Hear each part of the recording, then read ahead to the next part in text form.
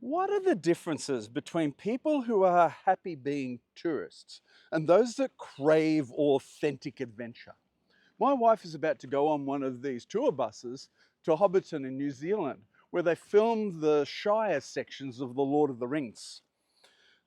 I'm not going because that actually creates anxiety in me being in a bus like this full of a whole heap of tourists. Whereas I'm totally happy to go into the middle of Africa away from any electricity or anything else to film a guy planting a tree. So, what are the psychological differences between someone like me who needs what I perceive as authentic adventure and someone that is totally happy to cruise along on a tourist bus? I'm going to do some research on that, put it into a research brief, plug that into AI, pull out a video that I'm going to get to come out of this petrol cap right now. In fact, it's diesel. Now. Welcome to This Explainer. Today, we're jumping straight into the fascinating and honestly pretty wild brain chemistry behind why a tightly scheduled bus tour sounds like absolute heaven to one person, but feels like being trapped in a moving Tupperware container to somebody else. If you've ever come home from a so-called relaxing vacation feeling completely drained, or found yourself totally overwhelmed by a friend's idea of a fun adventure, well, you're going to want to stick around. We're unpacking the hidden science of how we actually move through the world. So right off the bat, let's use this explainer to hold up a mirror to your own habits. Are you a tourist or are you an adventurer? Look, it's super easy to judge other people for their vacation choices, right? But as we're about to see, the way you prefer to travel isn't just some quirky personality trait, it's actually a deeply ingrained cognitive necessity. We're going to help you figure out your unique sensation-seeking profile today so that your next trip actually recharges your nervous system instead of completely frying it. To figure out what's really driving those preferences, we've got to look at a foundational concept called Plog's travel personality spectrum. And I love this because it completely destroys the idea that there's a right way to travel. It basically reveals that humanity is split right down the middle when it comes to experiencing new environments. Where you land on this spectrum doesn't just dictate the destination you choose, but exactly how much control you need to have over your surroundings once you actually get there. It sets up this brilliant classic divide. On one side, you have the psychocentric or dependable traveler. This is the person who absolutely needs emotional safety, a bulletproof itinerary, and maybe even familiar food just so they can actually decompress. Then, on the total opposite end, you've got the allocentric or venturesome traveler. These folks, they want to get a little lost. They thrive on unpredictable, unscripted immersion, and they literally need to solve problems on the fly to feel alive. Now here's where it gets really interesting. Your travel style is actually rooted in your brain's dopamine reception.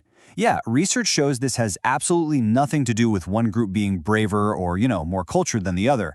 It is entirely about your brain's baseline neural arousal. Basically, it's a measure of how much external stimulation your brain physically requires to feel balanced and awake. So how does that chemistry actually break down? Well, high sensation seekers actually sit at a lower baseline of dopamine in familiar contexts. That means to feel just normal or optimally stimulated, they need unpredictable, uncurated environments. If you lock them into a rigid tour bus schedule, it restricts their agency and spikes their stress levels. It's literal psychological claustrophobia for them. Conversely, low sensation seekers naturally have a higher baseline in everyday situations. For them, that exact same highly structured itinerary provides essential psychological safety. It literally shields them from anxiety. And this need for personal agency ties directly into something called self-determination theory. It beautifully explains why just sitting on a beach sipping a margarita doesn't cut it for everyone.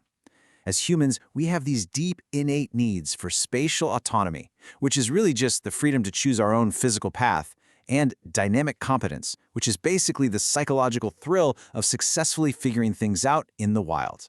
Think about it. Raw exploration completely satisfies that human need for autonomy. You're the one making the choices, facing the consequences, and learning the terrain. Standardized tourism, on the other hand, relies heavily on passive consumption. It intentionally offloads all of that decision-making to a travel agency or a local guide. And sure, while that effectively removes the risk of getting lost, for some people, it simultaneously strips away the entire psychological reward of the trip. Let's zoom out for a second and look at how this tension is built up over history, because our relationship with movement has completely transformed. Back in antiquity, travel was a brutal necessity for survival or trade. Think of the classic Silk Road merchant. Fast forward to the 18th century, and boom, we see the birth of leisure travel with the European Grand Tour. And now? We've arrived in the 21st century, where this evolution has turned travel into a highly polished commodity, dropping us right into an era of massive over-tourism fatigue. By comparing those historical extremes, the roots of our modern travel divide become super clear. That ancient Silk Road merchant, they were crossing completely uncharted terrain, needing active problem solving and a massive tolerance for discomfort. Let's just say they weren't exactly looking for a 5-star Yelp review. Compare that to the 18th century grand tourist, wealthy aristocrats doing fixed itineraries with local guides, seeking predictable enlightenment totally insulated from real danger. It is literally the ancient version of our modern adventure versus tourist debate. Today, that historical tension has blown up into a massive global industry. Modern hyperconnectivity has made traditional landmarks incredibly predictable and, honestly, super overcrowded. Because of that, there's been this sharp cultural shift toward raw travel, with people desperately trying to escape passive consumption. But here's the catch. The modern experience economy knows this, and now they actively package deal adventure. It creates this fascinating weird tension between genuine unscripted reality and these safe, Instagram-ready itineraries that just look like raw exploration. Which brings us to a brilliant sociological concept called staged authenticity. The tourism industry has gotten incredibly adept at creating these curated front-stage environments that are carefully designed to mimic raw reality. You know, like that secret local dining spot that somehow ends up on literally every single influencer's feed. Even off-grid or remote activities often turn into subtly curated experiences, which really challenges our simple binary assumption of what truly counts as a raw adventure these days. We also have to be pretty honest about why people crave this authenticity so badly. As sociological research points out, the whole ego construct of the rugged explorer is frequently used as a tool to build social status.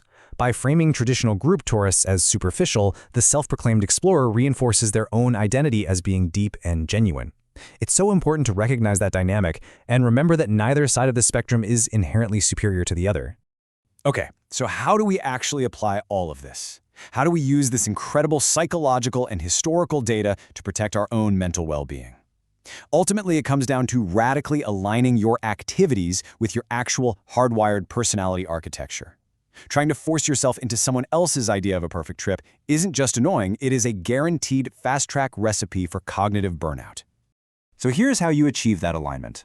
First off, honestly map out your personal arousal threshold. Ask yourself, do I genuinely need high novelty or do I secretly crave predictable safety? Second, try to shift your focus from passive consumption like what can I look at, to active purpose, what can I actually engage with?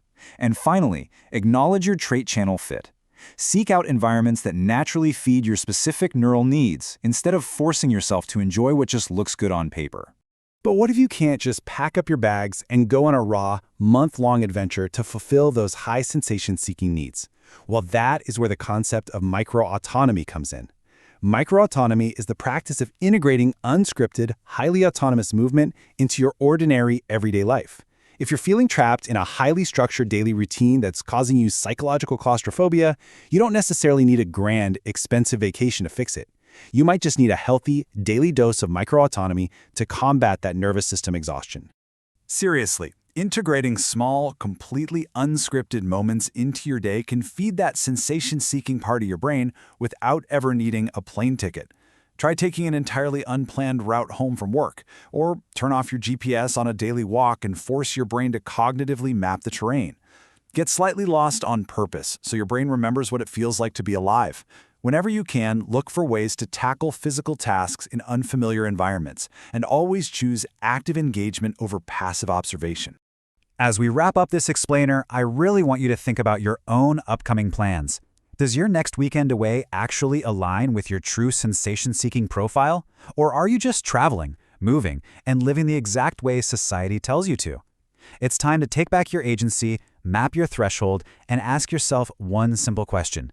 Is your next trip actually going to recharge your brain or completely short-circuit it? Something this channel keeps returning to is the concept of trait channel fit, which means living the life that your genes have programmed you to live. My father fell into the trap of not doing that, and it killed him. And I almost fell into that trap myself. So my advice is, know yourself and live the life that your body, your mind, has been programmed by your genes to live. Also, I recommend perhaps looking at the next question, which should appear down, I think this side, or maybe this side, I don't know. One of them's got the subscribe, the other one's got the next video. So I recommend looking at that as well, because you might get something out of that.